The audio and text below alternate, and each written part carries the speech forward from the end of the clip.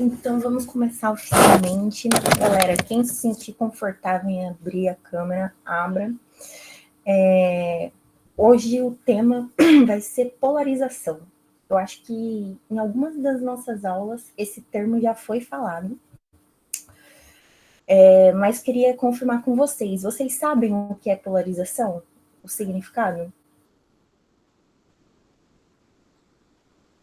Alguém já ouviu o termo? Vai, gente, responder só sim ou não. Só abrir o áudio. Não. Não. Beleza. Obrigada. Professora, não tá dando para ouvir. Não consegue me ouvir? Mas alguém tá com problema para escutar o áudio? Eu tô conseguindo. Eu consigo. Isa, você tá conseguindo me ouvir só que de longe? Qual que é o problema? Eu vou sair e entrar de novo. Beleza.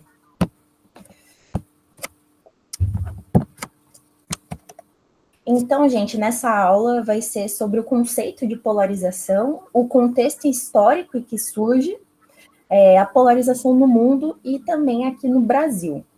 Vocês vão ver que essa aula vai ser bem conectada com a aula de história, né? Então, a gente tem que entender que os eventos da atualidade sempre são consequências do passado.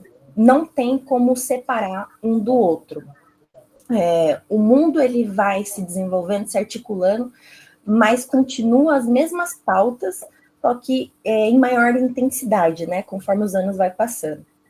Então, vocês vão ver muito esse conflito entre passado e atualidade, né? E presente, e como pouquíssimas coisas mudaram. Pessoal, também, sintam-se à vontade para quem quiser fazer um comentário, quiser perguntar alguma coisa, é só abrir o microfone, tá? Ou mesmo, se quiser levantar a mão, que aí como eu estou visualizando a tela do slide, eu não consigo visualizar a tela daqui, né? Então, se vocês quiserem levantar a mão para perguntar alguma coisa, ou só abrir o áudio, fiquem à vontade. Então, para quem não está ligado no termo, a polarização é sempre oposição. Mas algo mais elaborado seria esse processo de opiniões que são diferentes e que dividem grupos, levando até um conflito, né? Pensando nisso, na oposição e no conflito, vocês conseguem imaginar já um tópico que é polarizado? Já vem algo na cabeça de vocês? Nem vou falar, vou esperar. Se alguém tiver algo em mente? Nada? Bom, Vitor, tem algo em mente, algum tópico em mente que é polarizado? Política. A política é. Perfeito, perfeito. E basicamente essa aula vai ser sobre política, ciência política. Mas para ficar um pouco mais presente no cotidiano de vocês, existe uma polarização, por exemplo, entre Palmeiras e Corinthians.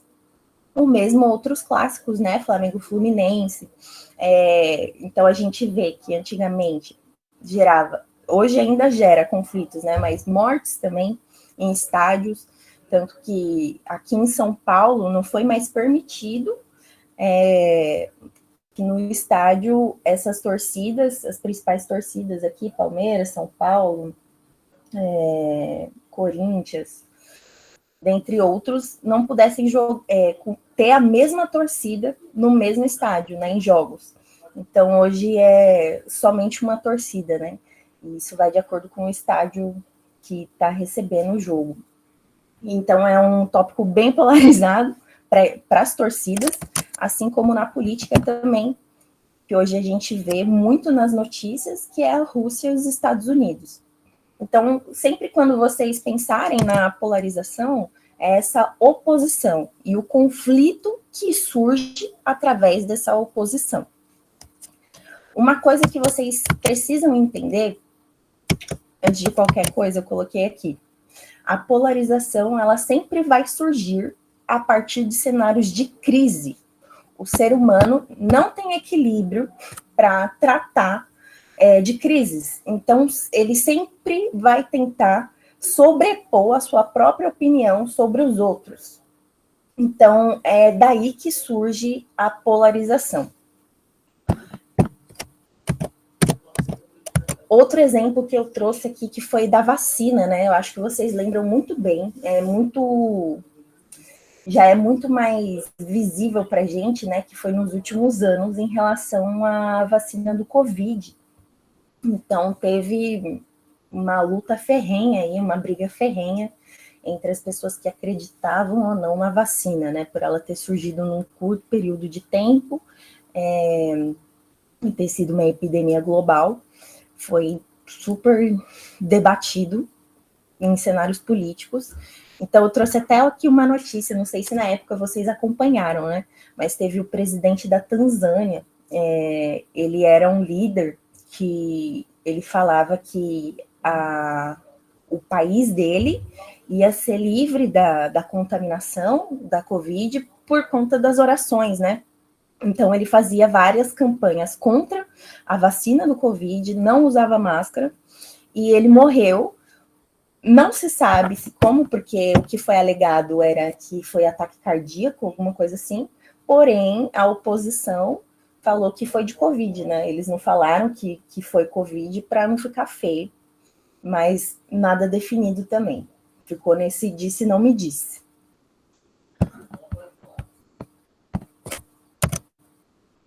Então, eu não sei se vocês estão cientes dessas divisões que ocorrem nos países, mas que são muito presentes. Existem aqui no nosso país, isso é visível, mas nos outros também. Então, vocês sabem sobre o histórico dos republicanos e democratas nos Estados Unidos? Ou pelo menos já ouviu falar? Novamente, gente, sim ou não? Não. Perfeito. Os republicanos e democratas, eles surgem no contexto. A revolução que teve lá, a guerra civil, no caso, dá para ver ela no chat. O que, Pedro?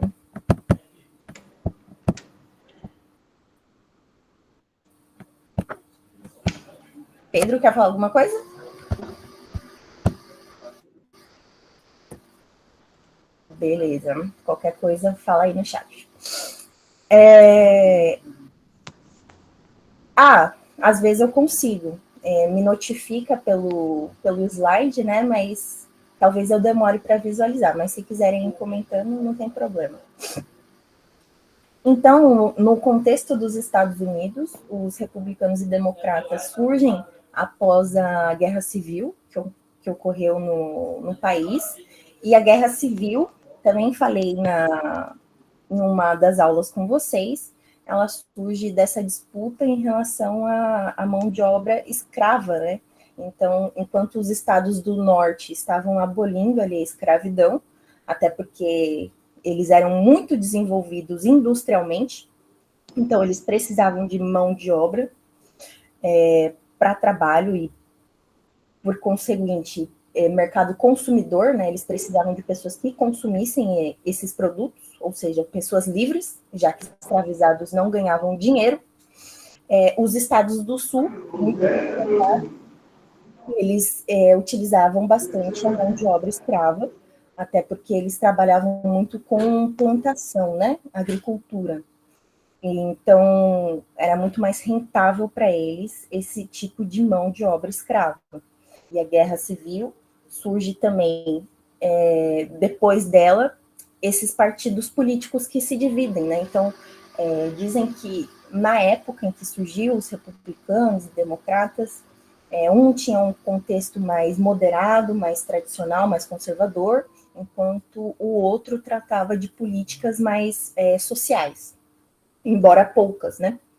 E aí eu não sei também se vocês sabem, mas os Estados Unidos, ele é bipartidarista, né? Então, são dois partidos que existem lá. Claro, existem Por exemplo, o Kanye West, né? O Kanye West, ele tentou eleição por um outro partido lá. Existem outras figuras famosas também que tentam por outros tipos de partido, mas que não tem expressão nenhuma, porque o histórico do país, ele já é nos republicanos e democratas, então eles são muito fortes ali. Mas isso é só uma contextualização para vocês. Na Inglaterra também existe essa divisão, só que é entre os conservadores e os trabalhistas, né?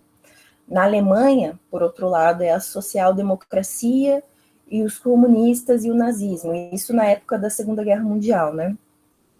Na China, os comunistas e os nacionalistas. Na Itália, os socialistas e os fascistas. Então, sempre uma divisão de oposição clara entre ideias, né? Isso aqui são só exemplos. A gente vai se aprofundar aqui no tópico, nos outros tópicos.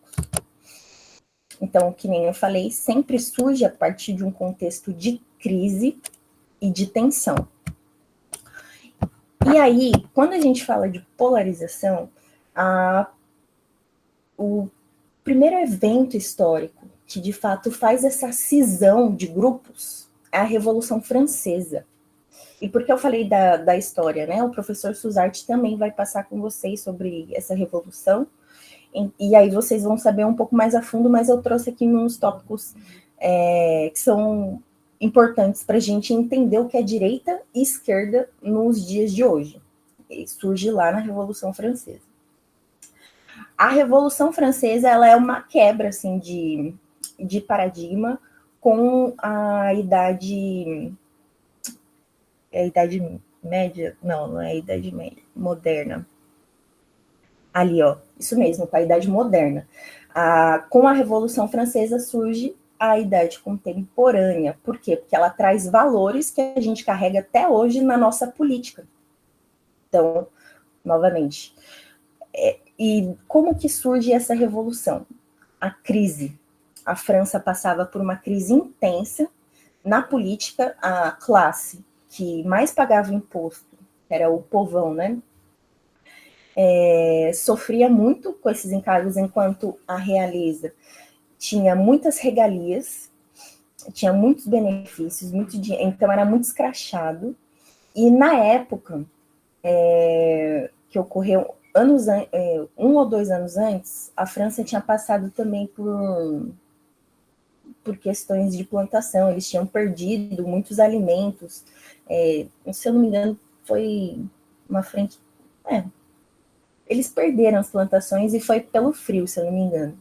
Foi uma mudança muito brusca no clima, nesses anos que antecederam a Revolução, o que agravou a crise que estava ocorrendo entre o povo ali, que já estava saturado pelos impostos que eles tinham que pagar, enquanto a realeza tinha lá os benefícios deles, né?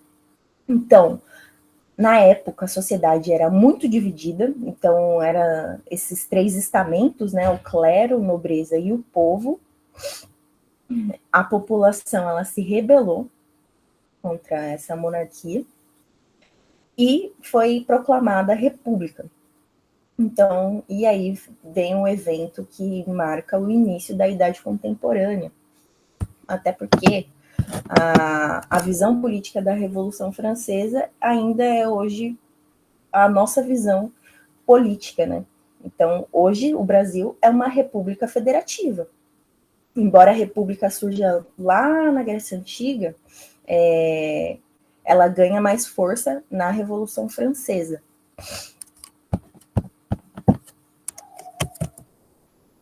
Então, qual que é o grande pulo do gato aqui e qual que é o problema que foi enfrentado no passado e é o problema que a gente enfrenta ainda hoje, né?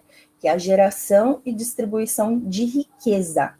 Então, a burguesia, que fazia parte desse terceiro estamento, que é o povo, né? Ela não fazia parte da nobreza, né? A burguesia, ela surge dessa classe de pessoas que começam a guardar dinheiro para as pessoas, a operar dinheiro e começa a ter muito mais riquezas. O problema é, com a riqueza, essa classe não adquiriu poder político. Isso é muito preocupante, porque quem tem dinheiro quer mandar. Precisa ter o poder efetivo. Por quê? Porque você precisa garantir que os seus direitos sejam devidamente protegidos, né? No caso da burguesia, na época, não era, porque quem ocupava esse espaço era a nobreza, ou seja, a realeza, e os seus amiguinhos, né? E o clero. Então, eles queriam atingir esse status de poder político. Davi, é exatamente a polarização como a gente conhece na Revolução Francesa, certo? Então, é ela que dá os termos que a gente utiliza hoje entre direita e esquerda. Então, é esse o marco histórico que a gente reconhece como polarização. E se dá justamente pelo fato da geração e distribuição de renda.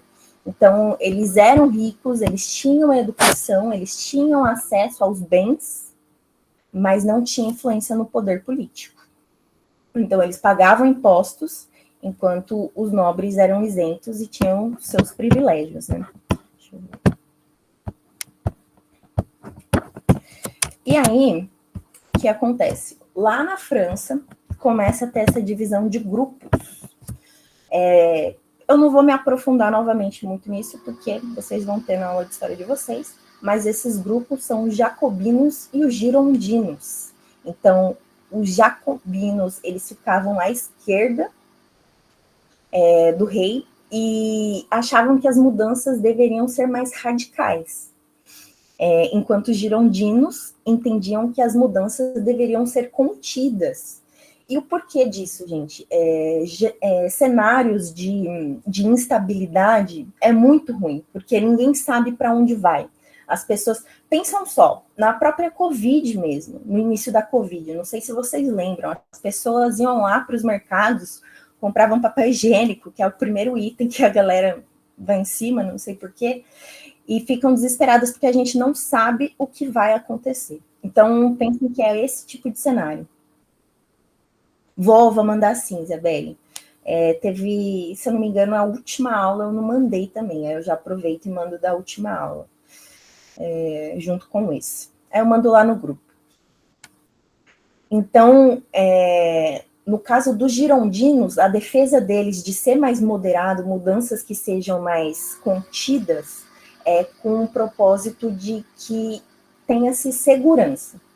Enquanto os jacobinos era a ideia de nós queremos nossos direitos como povo, e hoje a gente só se reconhece como uma classe que supostamente tem poder político, por conta dessa divisão, né? Por conta dessa revolução que acontece lá na França, onde a república passa a ter, de fato, a participação política, né? Então, eu quero que você... aqui eu trouxe um exemplo, quero que vocês pensem nisso. Imagina que vocês e seus amigos, ou pode ser amigos, familiares, vizinhos, marcam de ir almoçar. Que nem a gente faz, né, nas nossas festas de aniversário, etc. Cada um tem que trazer um prato de comida. Porém, no dia que foi marcado o almoço, é percebido que nem todos trouxeram um prato de comida. E aí, quando todos sentam à mesa, ideias diferentes surgem para poder fazer essa divisão da comida. Então, quem está à esquerda tem a opinião de que nem todo mundo trouxe a mesma quantidade, por isso a gente vai dividir para que todos comam. E na próxima, a gente pode combinar ainda de fazer uma vaquinha para ninguém passar fome. Essa vaquinha vem de quem? De quem tem. Quem não tem, não consegue contribuir, então essa vaquinha surge para que essas pessoas que não têm possam se alimentar. Já as pessoas que estão à direita têm a opinião de que cada um trouxe o que pôde. É importante respeitar o esforço de quem se organizou para trazer.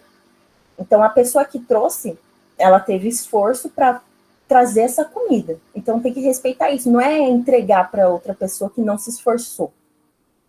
Se precisar, dá para pedir. A pessoa que não trouxe, ela pode pedir a comida.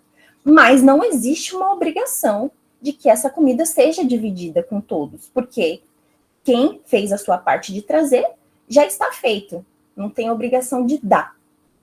Então, é algo bem resumido assim em relação mas eu vou entrar um pouco mais a fundo para a gente entender essa lógica, tá? Entre direita e esquerda.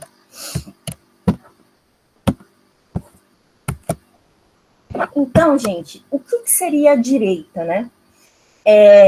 Ela geralmente está ligada à defesa de ordem, tradição e liberdade econômica.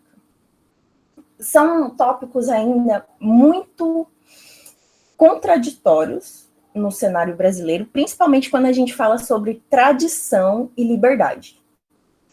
Isso não são opostos, entendem? Mas eu vou entrar já nesse assunto. Então, a direita, ela geralmente é em relação à defesa de ordem, tradição e liberdade econômica, com menor intervenção do Estado na vida econômica e social, né? Então, quais são as características, as principais características da direita? É a defesa do livre mercado, que isso vem com Adam Smith, também na época do Iluminismo, um pouco antes da Revolução Francesa, onde ele apoia... Não, mentira, eu acho que o Adam Smith ele vem até depois da Revolução Francesa. Deixa eu ver aqui. Não, ele veio antes, isso mesmo. Então, o livre mercado, como que ele funciona, né? Eu trouxe um exemplo muito claro aqui do Uber e do táxi para vocês tentarem usar de exemplo, né? No caso do livre mercado, a ideia da direita é que o mercado ele se regula, ou seja, os indivíduos eles identificam necessidades e através dessas necessidades eles vendem produtos e quem precisa desses produtos vão consumir, certo? Então, basicamente está se regulando ali. Notei que precisam de mel para poder produzir determinada coisa. Eu vou focar nesse mercado de mel, vou extrair o mel e vou vender o mel. Então, foi o meu esforço de ir lá atrás do mel, fazer a embalagem do mel, fazer o marketing do mel. Eu fui atrás e vendi o meu mel. Então, quem não foi atrás, que vai ter que poder avaliar os preços do mel. Então, tem esse cara, tem outro cara, quais são os preços mais baratos do mel para eu poder ir atrás. E por que eu usei o exemplo aqui do Uber e do táxi? E o livre mercado, antes de qualquer coisa, além dessa questão da iniciativa privada, né, ou seja, do indivíduo, existe também a menor regulamentação e interferência do Estado. E é aqui que entra o Uber e o táxi. Antes do Uber chegar aqui no Brasil, que eu acho que foi antes de 2016, por aí, ou 2015, existia esse meio, ainda existe, né, esse meio de transporte que é o compartilhado, que é o táxi. O táxi, ele sofre regulamentação do Estado. E o que isso significa? O Estado define quais são as condições que o taxista precisa ter para operar com o seu carro aqui no Estado brasileiro. Então, ele precisa pagar algum tipo de taxa, ele precisa ter o carro em tal questão. Digo assim, o carro ele precisa ter o licenciamento, precisa ter o IPVA pago, enfim. Todas as condições de taxação internas que existem, bem como as regras para poder buscar um cliente, enfim, um passageiro.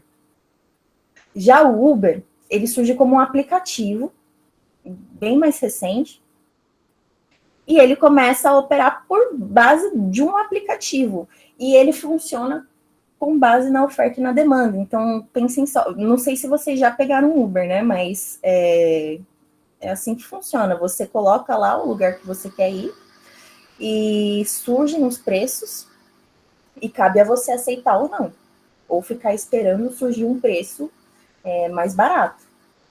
No momento que surgir, você vai no mais barato. Isso é oferta e demanda.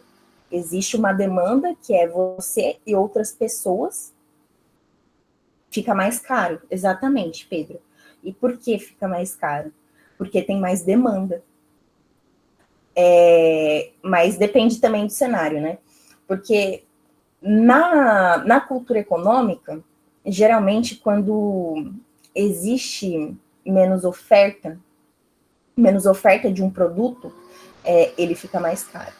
Quando existe mais oferta daquele produto, ele pode ter mais acesso, né?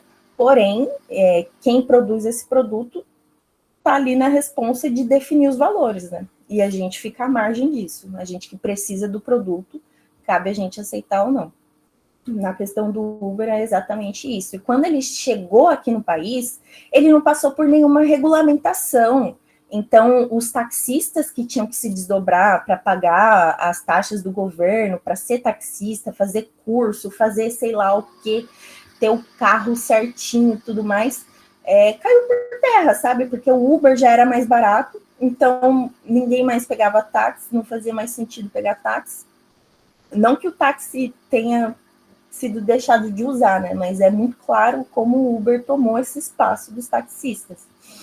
Então, foi um movimento muito grande dos taxistas contra os Ubers, para que ele fosse regulamentado pelo Estado também, já que é a mesma categoria, né, de transporte coletivo compartilhado, no caso, né? Então, em 2018, o Uber entrou para análise do Congresso e tudo mais, e o que foi estabelecido? Foi estabelecido que cada município vai colocar sua própria regulamentação. Então, por exemplo, o município de São Paulo, ele tem uma taxação lá por quilômetro rodado, se eu não me engano. Enquanto o estado de Santa Catarina, ele tem um outro tipo, não sei agora de cor, assim, mas eu sei que em 2018 entrou para análise do Congresso e foi estabelecido que cada município vai estabelecer sua própria lei em relação a isso. Então, eles deixaram na mão aí de cada cidade fazer esse controle. Porém, ficou assim, os taxistas ainda saíram, não querendo defender aqui taxista nem nada, mas é justamente a questão também do Airbnb. Antes do Airbnb, estava até falando com o meu parente, né, que vende móvel, ele falava que os contratos para locação de casa, para você alugar uma casa, não dava para você fechar um contrato que não fosse de 30 meses, inferior a 30 meses. Então, você ficava por um longo período com aquela casa. O Airbnb chegou e acabou com isso tudo, né? Porque você pode ficar dias, você pode ficar semanas, e tudo também é operado por um aplicativo. E, novamente, esse aplicativo de outro país, com a regulamentação daquele país que é transferida para o nosso. Então, são conflitos que ocorrem entre mercados, né? Então, isso seria o livre mercado. Não sei se ficou claro para vocês. Querem que eu entre um pouco mais nesse assunto?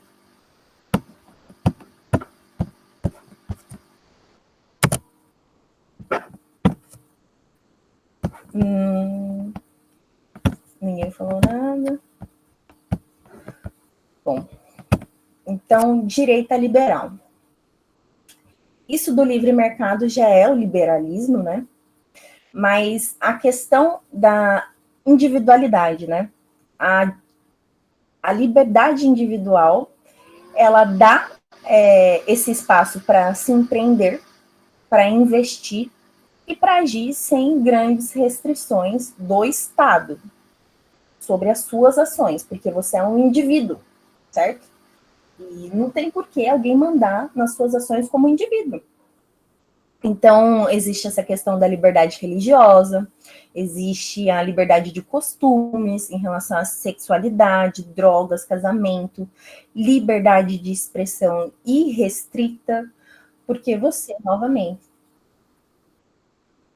Ah, beleza. Em relação ao livre mercado, Sara, Eu entro um pouquinho mais depois, tá bom? Pode deixar. Então, só resgatando.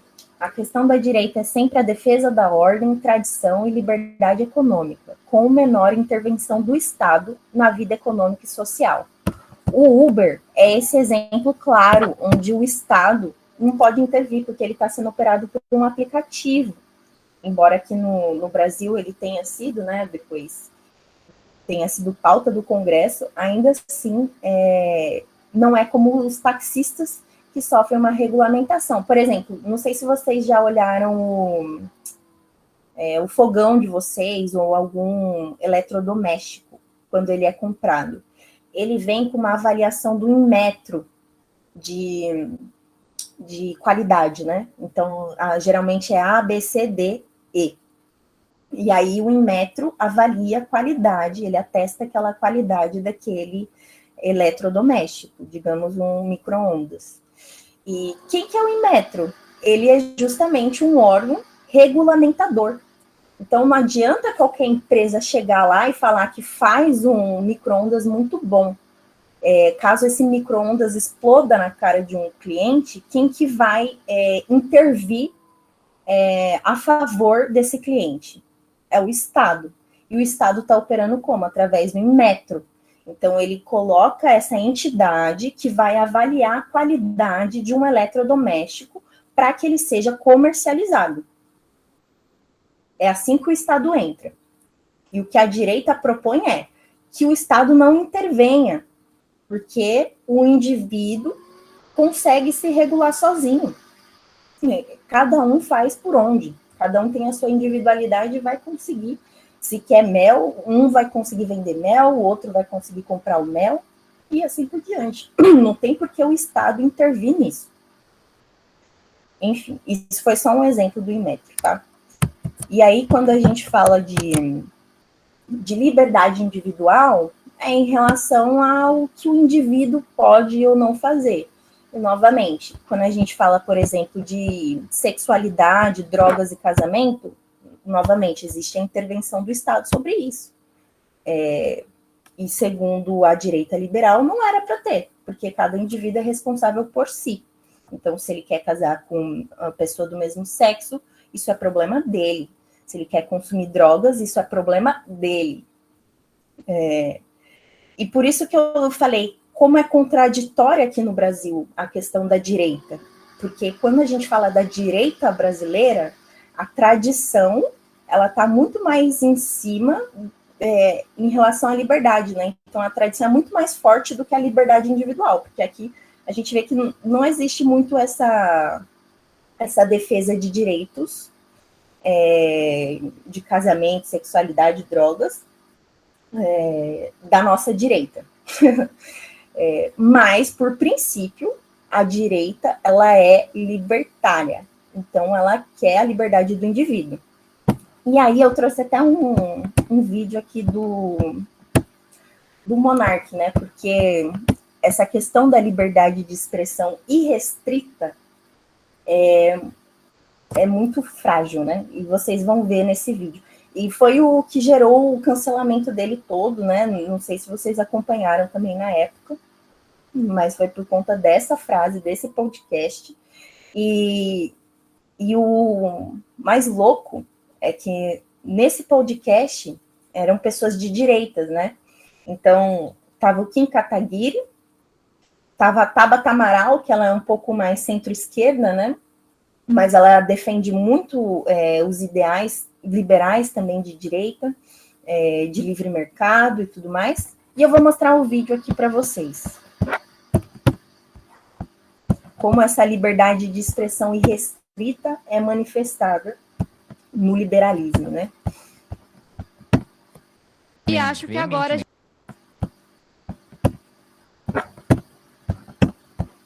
Vocês me falam se vocês conseguem ouvir o vídeo, por favor?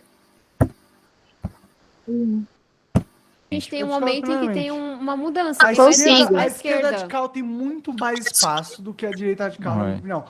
As duas tinham que ter espaço, na minha opinião. Eu acho que é um pêndulo. Esse é o meu louco. Eu sou mais louco que todos vocês. Sim. Eu acho que o nazista tinha que ter o partido nazista. Eu acho que não. Reconhecido Lembra, pela liberdade de expressão termina onde a Mas sua expressão coloca a vida do outro em risco. As pessoas não têm direito de ser idiotas. O nazismo é contra a população judaica. Isso coloca uma população inteira em risco. De que forma? Quando é uma minoria, não põe. Vamos falar de holocausto? De que forma? Mas era quando era uma maioria.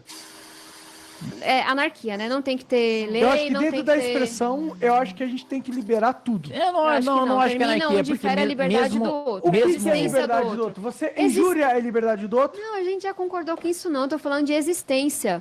A existência de um partido nazista fere a existência da comunidade judaica, por exemplo. A questão é, se o cara quiser ser um anti-judeu, eu acho que ele tinha direito de ser. Eu acho que não. Como não? Você vai matar quem é anti-judeu? Anti-vida de outra pessoa, não. Não. Ele não tá sendo anti-vida. Ele não gosta aos ideais. Ele não, fala... Judaísmo não é um sistema de ideais. Judaísmo é uma identidade. Também, mas é uma religião, é uma raça. Mas ele é também um sistema de ideais.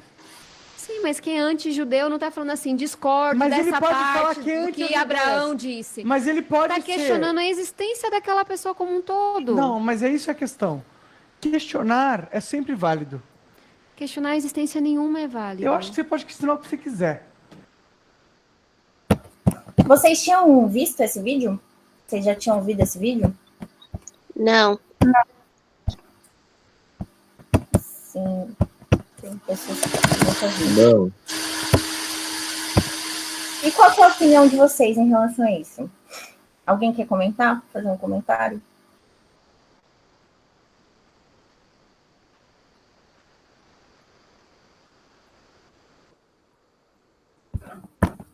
Bom, então eu faço bizarro, né? Bizarro, bizarríssimo. Novamente, são pessoas posicionadas, principalmente Kim Kataguiri, bem estranho, bem estranho mesmo. E o Kim Kataguiri, que também é um representante da direita, também depois ele veio a público para pedir desculpa, porque ele estava concordando com essa conversa do monarca, né, esse discurso dele. E bem como a Tabata colocou, né, então a liberdade ela acaba no momento que infringe a existência de outro ser humano.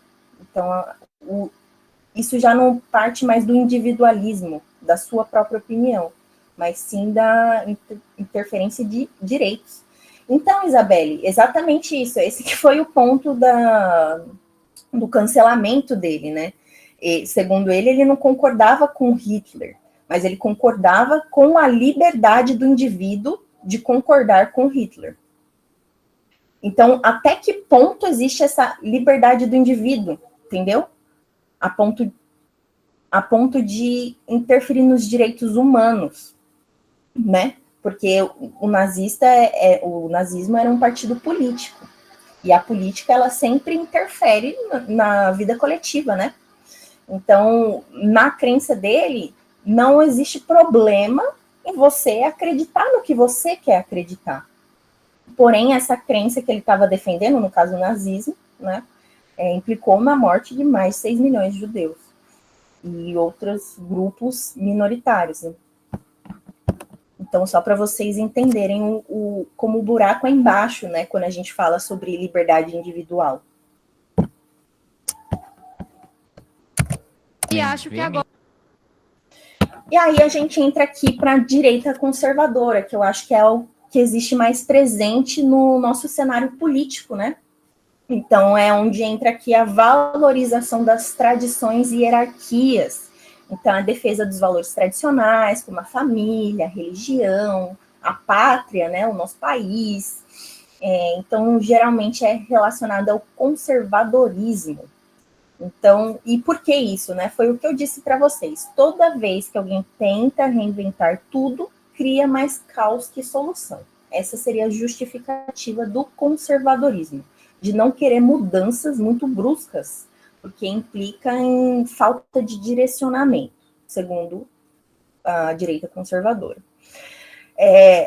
A direita, gente, ela surge, ou melhor, o liberalismo, né? Ele surge a partir da concepção do indivíduo. Porque antes de qualquer coisa, não se concebia um ser humano como um indivíduo, um ser único, mas é uma criatura divina, né, criada por Deus, e que está ali sendo regida pela ordem divina.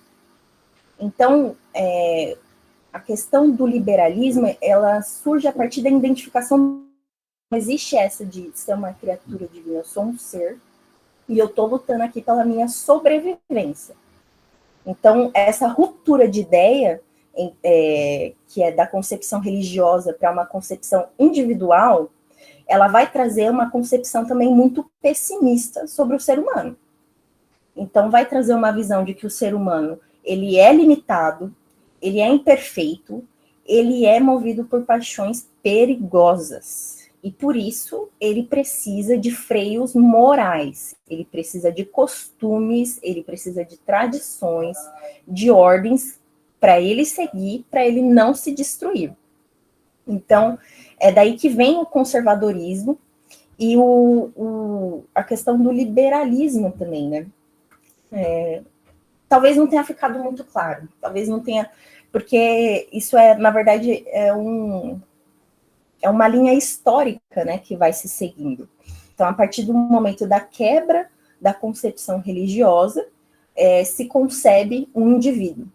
E a partir do indivíduo, se concebe toda a questão de tradição, a questão de livre mercado, tudo que a gente está abordando aqui. Deixa eu ver. Não está dando para voltar aqui. E aí, aqui a gente entra no que é a esquerda, né?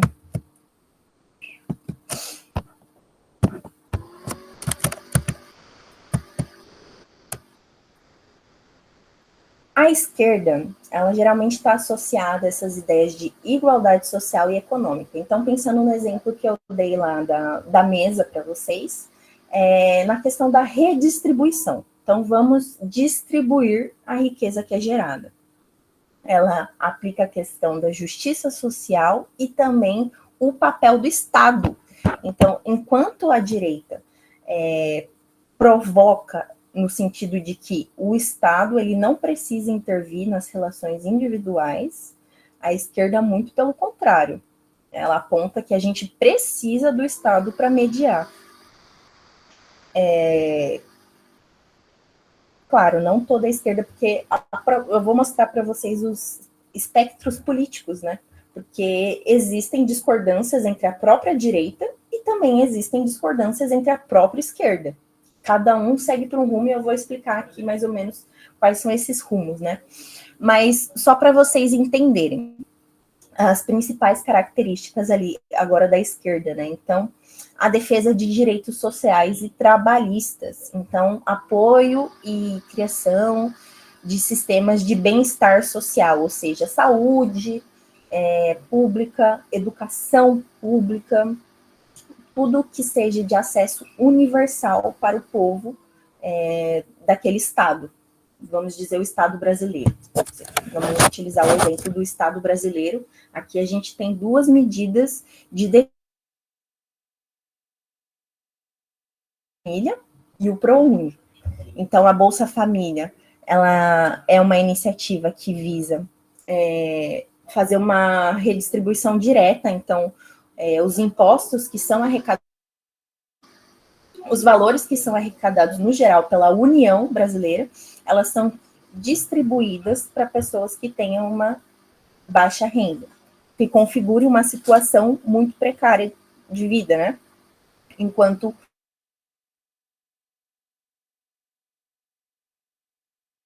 ensino superior. Então, bolsas de estudo em universidades particulares. Então, essa distribuição, claramente iniciativa da Bolsa Família, acesso não a bens de consumo, né? Porque, querendo ou não, no final a Bolsa Família é pequena, mas ao básico, né? Ao básico da alimentação, enquanto o ProUni é acesso à educação de qualidade.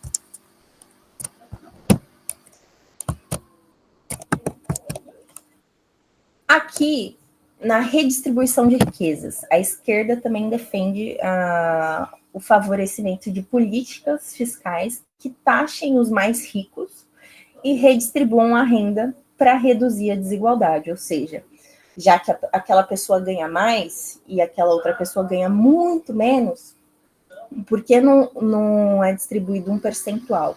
E isso claramente não é feito do eu vou pegar aqui o dinheiro que você fez e vou puxar. Não. Isso é através de imposto, isso é através, por exemplo, de taxação de fortuna. Então, vamos dizer que uma pessoa bilionária ou milionária morreu e deixou a sua herança, né? O que o Estado pode fazer em relação a isso? Taxar os valores dessa herança que vai ser transferida para algum parente, né? E aí pode ser filhos, enfim, e etc. Isso acontece em alguns países, no próprio Estados Unidos, a taxação de heranças é um pouco maior do que a nossa, então é um percentual, digamos assim, de 3 a 20% daquele valor total da herança. Isso é uma medida de redistribuição. Meio que indireto, exatamente. Mas passa novamente, não sei, enfim, se vocês conhecem sobre imposto de renda e tudo mais.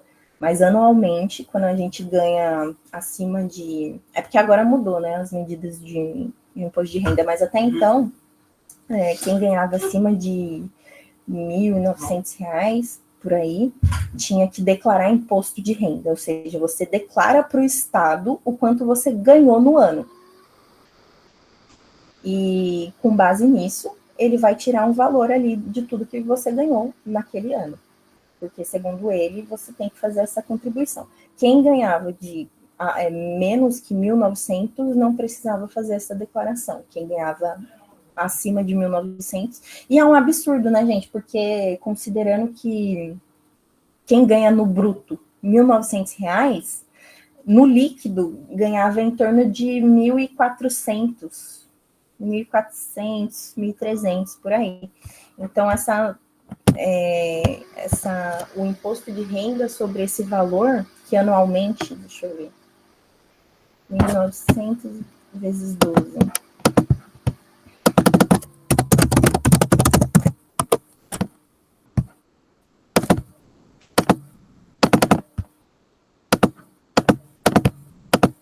Dá 22 mil. Então, uma pessoa que ganhava R$ 1.900 no ano, ela conseguia o valor de 22.800. E desses 22.800 era taxado um percentual para o governo. Hoje, os valores estão mudando com a política lá do Lula e o Haddad. Então, se eu não me engano, eles estão colocando para 5 mil, né? Uma pessoa que ganha 5 mil no ano, 5 mil no mês, ela vai ganhar em torno de 60 mil no ano. E aí sim o governo passa a taxar esse valor. Novamente. Beleza. Vocês estão fazendo a chamada. Maior intervenção do Estado na economia, ou seja, oposição à direita, né? Já que a direita fala que o Estado não precisa intervir, aqui a esquerda fala que é um papel extremamente importante essa intervenção do Estado. Então, defende a regulação do mercado, a nacionalização de setores estratégicos, o controle estatal de recursos naturais e serviços essenciais. E aí, gente, um exemplo assim claro, que é a China. A China, ela tem uma economia planificada e esse controle, como que o Estado intervém na economia chinesa? Eles definem quais são as necessidades do Estado durante os próximos 50 anos. Dizem que eles estabelecem um plano político de 50 anos. Então, eles passam a investir em indústrias que sejam necessárias para a economia chinesa. É esse tipo de intervenção. Não é o indivíduo que quer vender mel e ele quer fazer o seu negócio. Não, eles vão investir em economias que sejam necessárias, ou seja, se eles precisam de mais navios, a indústria que o Estado vai investir dinheiro vai ser de peças de navio. E E são por meio dessas políticas, né? Eles planificam, planificado no sentido de avaliar as necessidades. Aí aqui trouxe um exemplo brasileiro, né, para a gente entender como que ocorre a intervenção do Estado. E isso de várias formas, tá, gente? Só um exemplo porque tá no hype, né? Todo mundo tá falando.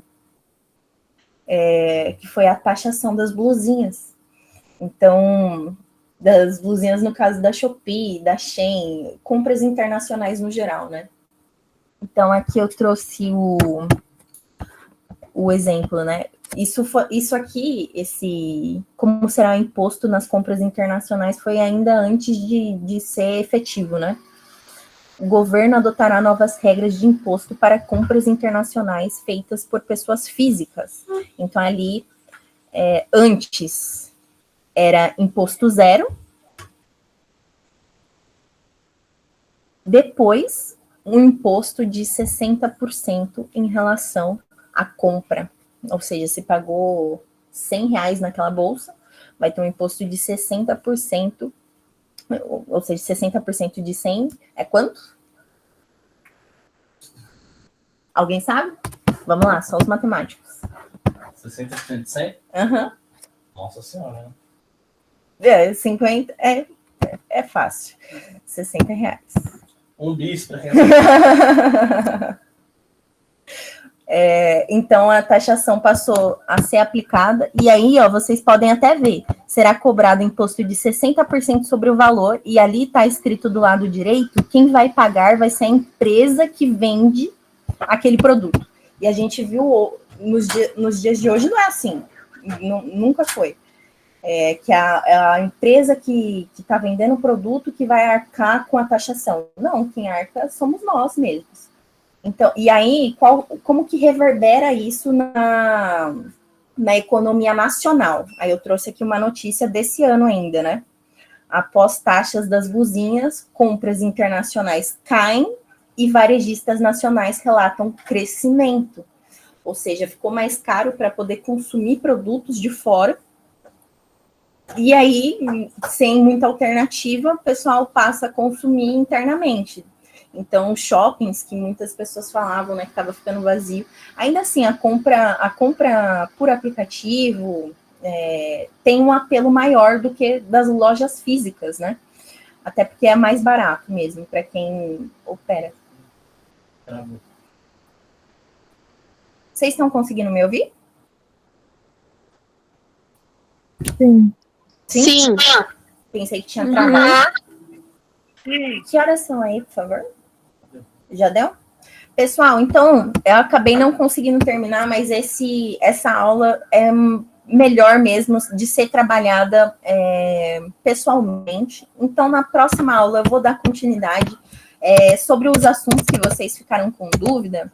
A gente começa, se vocês quiserem anotar as dúvidas que vocês tiverem, aí a gente trabalha melhor na próxima aula, tá bom? Mas ela é um pouco mais complexa mesmo. Ciência política é muito fácil. Mas eu acho que também talvez clareie para vocês, agora na aula que vocês vão ter de história. E eu vejo vocês na próxima aula. E é isso, desejo um ótimo sábado para vocês, galera. Um beijão. Tchau, Pro. Tchau, tchau. Tchau.